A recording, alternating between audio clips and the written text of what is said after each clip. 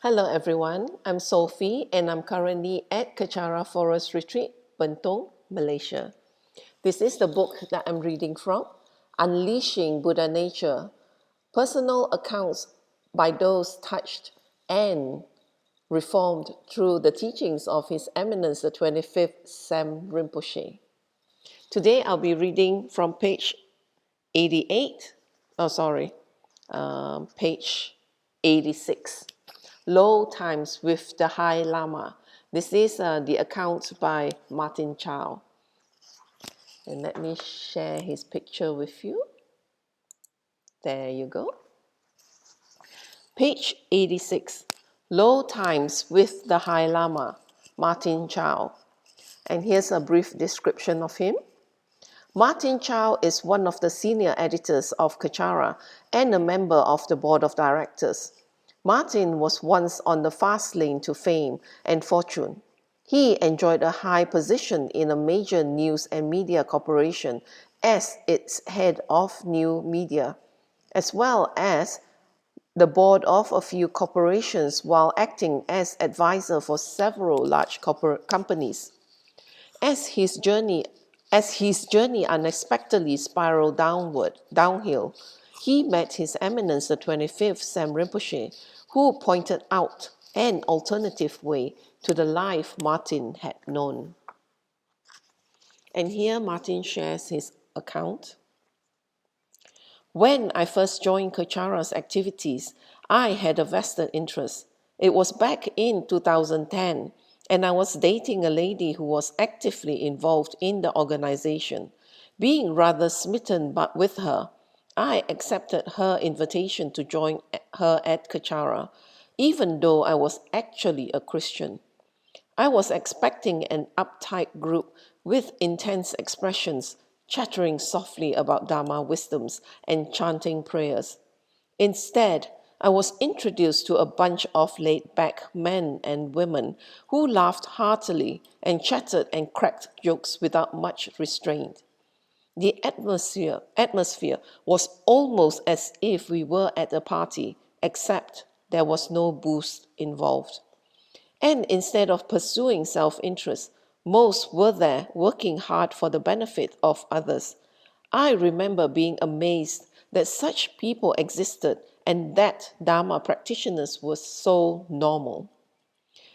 Then, when I started helping out at Kechara Soup Kitchen, I was once again surprised that this religious organization fed the homeless every week without any agenda. There was no pressure for those lining up for the meals to join Kechara or embrace Buddhism. What truly blew me away was meeting the founder and spiritual advisor of Kechara, His Eminence the 25th Sam Rinpoche. As I sat and listened to his teaching, I was struck by how this Lama could speak so profoundly without using pretentious, incomprehensible, and mystical concepts. Rinpoche's talk about karma and imprints addressed various subjects that I had struggled to understand and come to terms with, but could not from a perspective of Christian dogma. And instantly, Rinpoche opened my mind far wider than it had ever opened in all my life. As a Christian, my defense mechanism was often triggered when encountering teachings of other faiths. There was always a cautiousness that these teachings were trying to entice me to leave my God.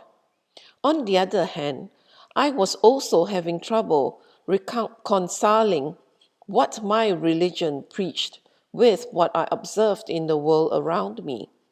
But in just a couple of Dharma talks, Rinpoche dealt with all those issues, and I could not help but acknowledge that I was listening to something I knew to be true.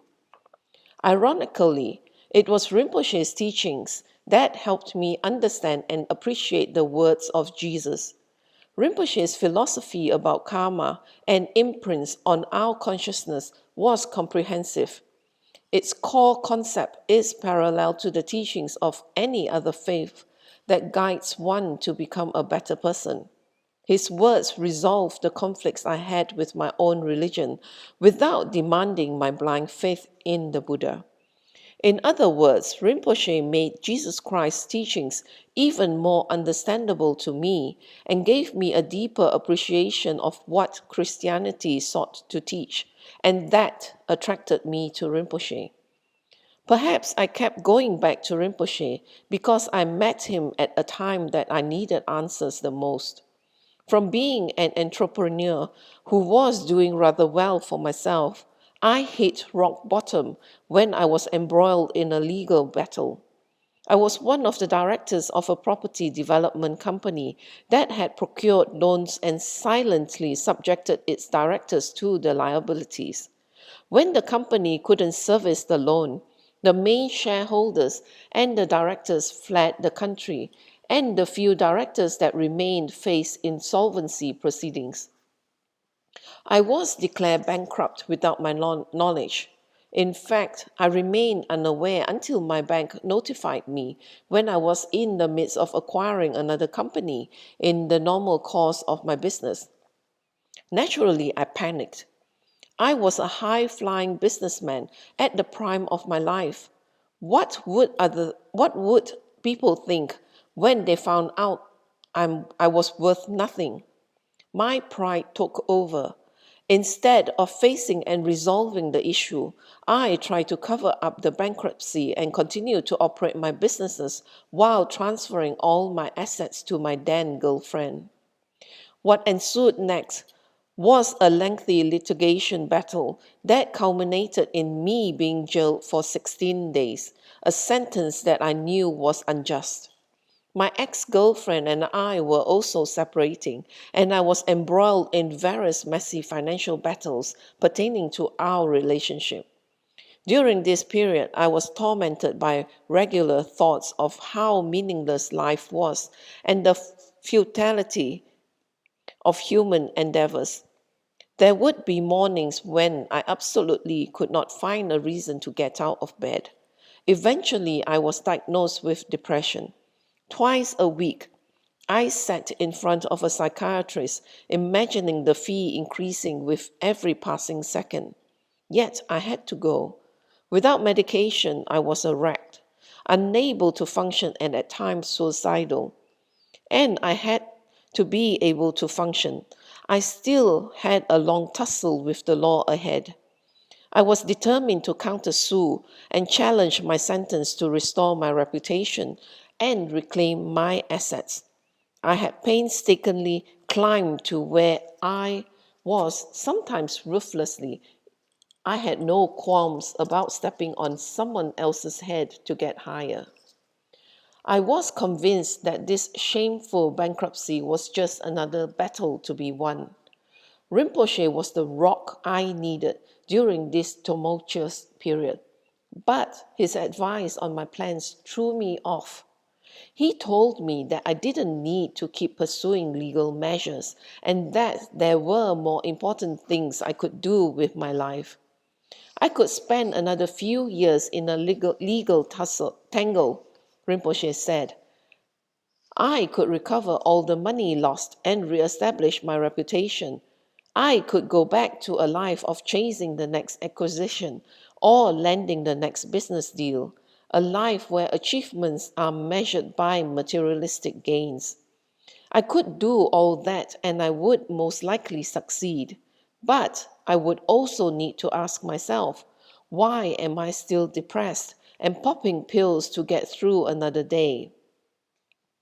Alternatively, if I was willing to accept that whatever happened to me was due to the karma of my actions, maybe not just in this life, but from another lifetimes before that, I could stop feeling like a victim.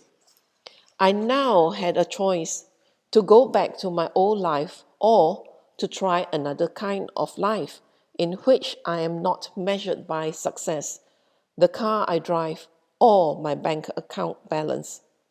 You'll be a nobody, said Rinpoche, but you'll be rich in knowledge, experiences, and in your spirituality. That to me was unacceptable. Of course, I needed to countersue. If I didn't reclaim my innocence, I would forever be the guy who failed in business and went to jail in everyone's eyes. I would never be okay with that, I thought. Moreover, I'm already 45 years old. How could I lead a life of spirituality without financial security? Who would support my livelihood for the rest of my days? And that's where I will end with Martin's sharing. And as Martin shared, you know, the way that Rinpoche teaches Dharma is through many, many different methods. And Rinpoche is very adaptive to the environment that we are in, especially now, because in Malaysia, uh, to be honest, we are all quite comfortable in our lives. And as such, we have that tendency to be very laid back and also take religion maybe as a hobby, you know, that when we feel like doing it, then we'll do it. If we don't, then we won't. And we'll be very indulgent in, our lives, as like maybe in food, in shopping, and also being Chinese with Chinese backgrounds, we often grow up in the environment where success is measured by material possessions and also like positions in the corporate world, and also um, by the by our reputation. So those are the things that we are always in pursuit of. And as such, Rinpoche has presented something that is so different to most of us. And as Martin has found out, I mean, he was a devout Christian then, but he too had a lot of questions in his mind. And as he shared in two teachings, Rinpoche had helped him, found a lot of answers to his questions. And also in that, he was actually able to better understand Christianity itself. And so that opened the seed in his mind to find out more, you see. So, well, anyway, I've ended the sharing where he's, quite adamant about his pursuing his countersuing to win back what he has lost. And let's find out what happens next, in my next sharing. So do join me then. And now let's complete this with a completion dedication in Tibetan. Yang Jum Sen Jorin Poshi, Make Panam Gayushi, Get Panam Pame Payang, Goni Gondu Pewashu, Tony Torin Poshi, Make Panam Gayushi, Get Panam Pame Payang, Goni Gondu Pewashu, Naso Jini Sapagewadi, Tantandroa Gunaka Padang, Jepa Jesu no Santrapai, Tamping Imporin to Sa Se Sho, Kewa Kuntu Yandala Madan, Drami Chuki Palano Choche, Sadam Nangi Yote Razone, Doji Changi Ngopanga to So.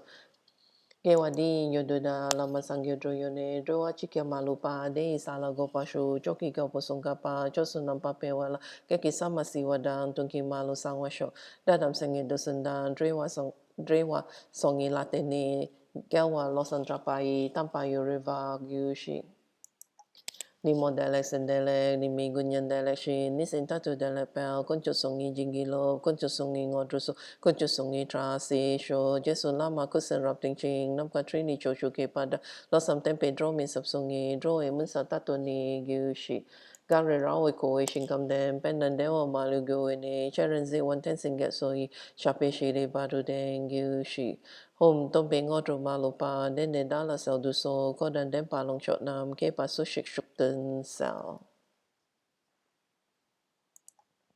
Thank you, and I'll see you for my next sharing.